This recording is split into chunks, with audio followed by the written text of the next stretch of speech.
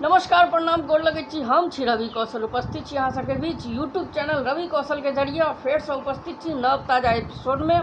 और आई के भोरे के एकटा अहाँ सबके बात कहै छी।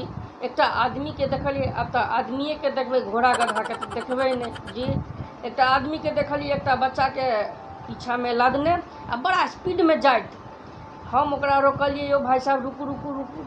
एक तो अहाँ बेधड़क चला रहल छी, ऊपर से बच्चा के बैठेने छी, ओकरा कना रहल छिए, अहाँ के देखल नहीं जाइए। वो आदमी कहलकै दरअसल भाई साहब अहाँ नहीं बुझलिए, दरअसल साइकिल में घंटी नहीं है, तै दुआरे बच्चा के कनेने जा रहल छी। हम कहे गुरु महाराज ने कन एहन बहुत जगह देखऽ के भेटै छै।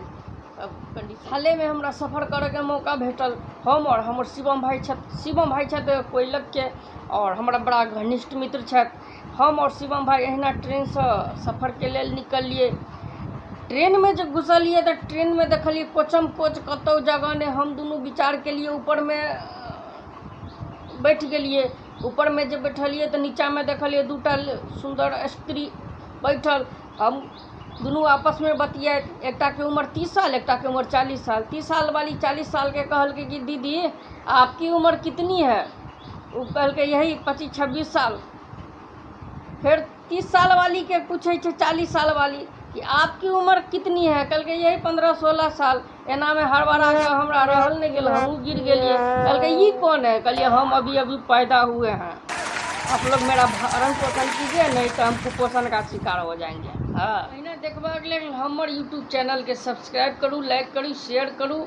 और अहाँ सबसे एक और बात हमरा जाइत काल में हमरा बात करवा के, जे हमर वीडियो पर ज़्यादा व्यू नहीं अबै छै तो अपनो सब कनी देखियो और चैनल के लाइक कर दियो, शेयर तो हम अपने आप कइए लेबे।